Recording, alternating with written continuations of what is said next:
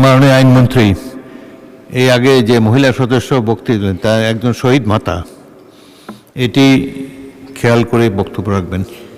মাননীয় speaker, 5 August আমার ছোট্ট জাবির ইব্রাহিম গুলিবিদ্ধ হয় এবং অতিরিক্ত রক্তক্ষরণে শাহাদত বরণ করে।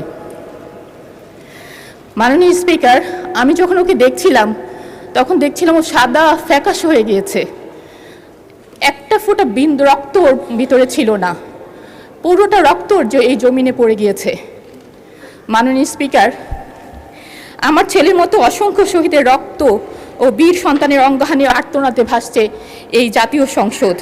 দীর্ঘ 17 বছর পর নানা জুলুম নির্যাতনের পর এই রক্তস্নাত জাতীয় সংসদে আবারও অধিবেশন চলছে বাজেট আলোচনা, যা কিনা জুলাই না আসলে সম্ভব হতো না। মাননীয় স্পিকার, আমি মাননীয় অর্থমন্ত্রীকে ধন্যবাদ জানাতে চাই। 2026-27 সালের বাজেটে জুলাই শহীদ পরিবারগুলোর জন্য মাসিক ভাতা, আহত যোদ্ধাদের জন্য শ্রেণীভিত্তিক ভাতা এবং আবাসন সহায়তার জন্য 300 কোটি টাকার বরাদ্দ রাখা হয়েছে।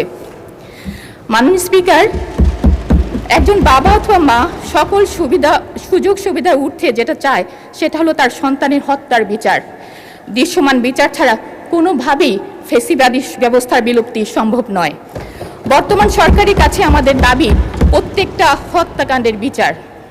মাননীয় স্পিকার, 2026-এর 21শে জুনের প্রশ্নোত্তরে মাননীয় আইনমন্ত্রী বলেছেন, 24শে জুলাই সংঘটিত মানবতা বিরোধী অপরাধে আন্তর্জাতিক অপরাধ ট্রাইব্যুনাল মামলা করা হয়েছে 80টি, তার মধ্যে 7টি মামলার রায় ঘোষণা হয়েছে, 22টি সাক্ষ্য গ্রহণ করা হয়েছে এবং 51টি তদন্তাধীন রয়েছে। প্রায় 2 বছরে 7টি মামলা রায় হয়েছে। এ থেকে বোঝা যায় মামলা কতটা ধীর লয়ে চলছে। মাননীয় স্পিকার, এই মামলাগুলোর আসামির সংখ্যা 463 জন, এই গ্রেফতারকৃত হয়েছে 174 জন এবং এখনও পলাতক রয়েছে 288 জন। মাননীয় স্পিকার, 288 জন পলাতক রয়েছে, এদের গ্রেফতারের অগ্রগতি কী? মাননীয় স্পিকার, আমি আপনার মাধ্যমে মাননীয় আইনমন্ত্রীর কাছে দাবি জানাচ্ছি, প্রতি সেশনে শহীদ সন্তানের বিচারিক কাজের আপডেট জানিয়ে আমাদের বাবা মাদেরকে আশ্বস্ত করবেন। মাননীয় স্পিকার, জুলাই বিপ্লব শহীদের সংখ্যা 1000-এরও বেশি ছিল, কিন্তু আমরা এ পর্যন্ত গেজেটভুক্ত করতে পেরেছি মাত্র 834 জনের। বাকি 50 জন শহীদের তালিকা এখনও পর্যন্ত তালিকাভুক্ত হতে পারেনি। সুষ্ঠু তদন্ত সাপেক্ষে আহত জুলাই যোদ্ধা ও শহীদের গ্যাজেটভুক্তিকরণে প্রয়োজনীয় বরাদ্দ রাখা হোক। মাননীয় স্পিকার, ভোগান্তিতে রয়েছে জুলাই আন্দোলনের অঙ্গ হারানো বীর যোদ্ধারা, তাদের সঠিক ক্যাটাগরি হচ্ছে না, ঠিকমতো সেবা পাচ্ছে না। একজন আহত যোদ্ধা যারা আন্দোলনের হাত চলে গিয়েছে, সে কিভাবে ক্যাটাগরিতে থাকতে পারে? মাননীয় স্পিকার, এ ব্যাপারে আমি আপনার সুষ্ঠু তদন্তের দাবি রাখছি। মাননীয় স্পিকার, 844 জন শহীদ এবং 14,407 জন আহত যোদ্ধা স্বীকৃত। এই সংখ্যাগুলো পরিসংখ্যান নয়, প্রতিটির পেছনে আছে একটি বিপর্যস্ত পরিবার। এই পরিবারগুলোর পাশে শুরু থেকে যে প্রতিষ্ঠানটি দাঁড়িয়েছে সেটি হলো জুলাই শহীদ স্মৃতি ফাউন্ডেশন। আর্থিক সহায়তা, চিকিৎসা, পুনর্বাসন, মানসিক স্বাস্থ্যসেবা, স্মৃতি সংরক্ষণ সবকিছু এক ছাদের নিচে। এই পর্যন্ত 831টি শহীদ পরিবার এবং 6127 জন আহত যোদ্ধাকে নিয়ে 120 কোটি টাকা সহায়তা দেওয়া হয়েছে সম্পূর্ণ স্বচ্ছতার সাথে, যা তাদের একনাবিল সিএ ফার্ম অডিট রিপোর্টে প্রমাণিত রয়েছে। কিন্তু মাননীয় স্পিকার, গত 3 মাসে এই ফাউন্ডেশনটি কর্মীরা বেতন পাননি, ঈদ বোনাস পাননি। যারা নিজের বেতনের টাকা থেকে আহত শহীদ পরিবারকে সাহায্য করেছেন তারা আজ নিজেরাই সংকটে। মাননীয় স্পিকার, আমি সংসদে 3টি সুনির্দিষ্ট দাবি জানাচ্ছি এই প্রতিষ্ঠানটির জন্য। আর্থিক কোডের মাধ্যমে এই প্রতিষ্ঠানটিকে প্রয়োজনীয় বরাদ্দ দেওয়া হোক। অবশিষ্ট শহীদ পরিবার ও আহত যোদ্ধার জন্য সরকার প্রতিশ্রুত অবশিষ্ট 263 কোটি টাকা বরাদ্দ দেওয়া হোক। মুক্তিযুদ্ধ বিষয়ক মন্ত্রণালয় অথবা সমাজতন্ত্র মন্ত্রণালয় এই ফাউন্ডেশনটিকে আনুষ্ঠানিক সহযোগী প্রতিষ্ঠান হিসাবে স্বীকৃতি দিক, কারণ এই ফাউন্ডেশনের কাছে আছে স্বচ্ছতা, অভিজ্ঞতা, ওয়ান স্টপ সক্ষমতা এবং সবচেয়ে বড় কথা মানুষের বিশ্বাস। মাননীয় স্পিকার, আমাকে একটু সময় দেবেন 2 মিনিট। জুলাই সদস্য, আপনাকে 2 মিনিট বাড়িয়ে দেওয়া হলো, 2 মিনিটে শেষ করবেন। ধন্যবাদ মাননীয় স্পিকার। জুলাইকে মুছে ফেলতে পলাতক ফ্যাসিস্টের বাহিনী বাস্তবে ও সামাজিক মিডিয়াগুলোতে অতিমাত্রায় তৎপর। বিভিন্ন জায়গায় জুলাই যোদ্ধাদের উপর নির্যাতন, হুমকি, স্মৃতিস্তম্ভ পুড়িয়ে ফেলার মতো ন্যাক্কারজনক ঘটনা ঘটছে। জুলাই যোদ্ধাদের আইনি সুরক্ষা দেওয়া হলেও রাজনৈতিক সুরক্ষা দেওয়া হয়নি। এ ব্যাপারে মাননীয় আইনমন্ত্রীর কাছে একটি সুস্পষ্ট নির্দেশনা চাচ্ছি।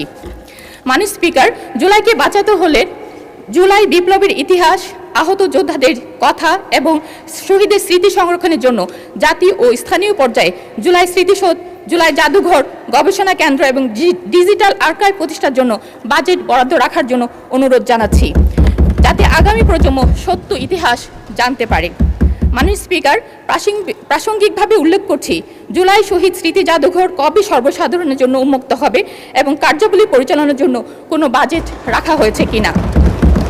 মাননীয় স্পিকার, আমরা ভুলিনি প্রিজন ভ্যানের সামনে দাঁড়ানো সেই মেয়েটাকে, যে তার বুকে সাহস দিয়ে সারা বাংলাদেশকে যে দেখিয়েছিল কিভাবে অন্যায়ের সামনে জীবন বাজি রেখে দুহাত প্রসারিত করে দাঁড়াতে হয়। মাননীয় স্পিকার, সেই মেয়েটাকেও ভুলিনি আমরা, যে ছাত্রলীগের লাঠির আঘাতে যার কপাল কেটে রক্ত ঝরেছিল। মাননীয় স্পিকার, জুলাইয়ের পর এইসব অগণিত নারী যোদ্ধারা হারিয়ে গেছে, কিন্তু তাদের হারাবার কথা ছিল না।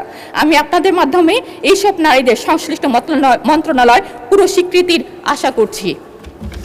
মাননীয় স্পিকার, আহত ও পঙ্গু ব্যক্তিদের জন্য আজীবন চিকিৎসা, ফিজিওথেরাপি, মানসিক স্বাস্থ্য সেবার বরাদ্দ রাখা প্রয়োজন মনে করছি। মাননীয় স্পিকার, একটি পরিবার কর্মক্ষম মানুষটি যখন হারিয়ে যায়, সেই পরিবারের সন্তানদের শিক্ষার উপর আঘাত হানে। শহীদ ও আহত পরিবারগুলির জন্য স্কুল, কলেজ, মাদ্রাসা ও বিশ্ববিদ্যালয়গুলোতে আর্থিক প্রণোদনা দিলে তারা ঝরে না গিয়ে সম্পদে পরিণত হতে পারত। মাননীয় স্পিকার, মাননীয় অর্থমন্ত্রী বাজেট বক্তৃতার 3 নম্বর অনুচ্ছেদে উল্লেখ করেন, আমরা যে জুলাই জাতীয় সনদ স্বাক্ষর করেছি তা অক্ষরে অক্ষরে বাস্তবায়ন করার ঘোষণাও ইতিমধ্যে মাননীয় প্রধানমন্ত্রী জাতির সামনে এনেছেন। যে জুলাই না আসলে আজকের এই সংসদেরই অস্তিত্ব ছিল না, সেই জুলাইকে নিয়ে জুলাই সনদ এখনও বাস্তবায়ন হয়নি। মাননীয় স্পিকার, আমি আপনার মাধ্যমে জুলাই সনদ বাস্তবায়নের আবেদন রাখছি। মাননীয় স্পিকার, সরকারি দল তার নির্বাচনী ইশতেহারে থাকা সুশাসনের সঠিক প্রয়োগ করে জুলাই সনদের পাশাপাশি এই বাজেটকে অক্ষরে। মাননীয় আইনমন্ত্রী, এই আগে যে মহিলা সদস্য বক্তব্য দিলেন তার একজন শহীদ মাতা, এটি খেয়াল করে বক্তব্য রাখবেন। মাননীয় স্পিকার, আপনাকে ধন্যবাদ। মাননীয় স্পিকার, যিনি শহীদ মাতা বক্তৃতা দিয়েছেন, ওনার প্রতিটা বক্তব্যই আমাদের চেতনায়, আমাদের রক্তে, আমাদের বিপ্লবে, আমাদের সংগ্রামের প্রেরণার মূল চেতনা। উনি যে কথা বলেছেন সেই কথা আমরা প্রত্যেকেই ধারণ করি এখানে বসে। ওনার প্রত্যেকটা কথাকে আমরা অনুসমর্থন করি, ওনার প্রত্যেকটা কথাকেই আমরা শ্রদ্ধা জানাই, ওনার প্রত্যেকটা আবেগকে আমরা নিজের আবেগ বলে ভাবি, ওনার প্রত্যেকটা দাবিকে আমরা নিজের দাবি বলে মনে করি। তবে এখানে সুনির্দিষ্টভাবে উনি বলেছেন, আইনমন্ত্রীর কাছে একটা ব্যাখ্যা চেয়েছেন, জুলাই যোদ্ধাদের এবং জুলাইকে আমরা আইনি সুরক্ষা দিয়েছি, রাজনৈতিক সুরক্ষা দেওয়া হয়নি। মাননীয় স্পিকার, ওনার আবেগের সাথে ভেসে যেই আমি বলছি, প্রতিটা আইনই একটি রাজনৈতিক দলিল, প্রতিটা আইনই একটা পাবলিক পলিসি। সরকারের পক্ষ থেকে যে সুরক্ষা দেওয়া সম্ভব, সেটা একমাত্র সম্ভব আইনি কাঠামোর মধ্যে এনে। এবং আমাদের সরকার, বিএনপির সরকার, জুলাই যোদ্ধাদের সরকার, জুলাই চেতনার সরকার সেই আইনি কাঠামোর মধ্যে এনেই সেইটাকে সুরক্ষা দিয়েছে এবং ওটাই রাজনৈতিক সুরক্ষা হিসেবে বিবেচিত হবে। এবং এর বাইরে যদি কোনো রাজনৈতিক সুরক্ষার প্রয়োজন হয়, উনি যদি সুনির্দিষ্টভাবে বলেন, সেটাও আমরা আইনি কাঠামোর মধ্যে নেই, সেই সুরক্ষা দিতে প্রস্তুত আছি। মাননীয় স্পিকার, আপনাকে ধন্যবাদ। মাননীয় স্পিকার, ধন্যবাদ মাননীয় মন্ত্রী।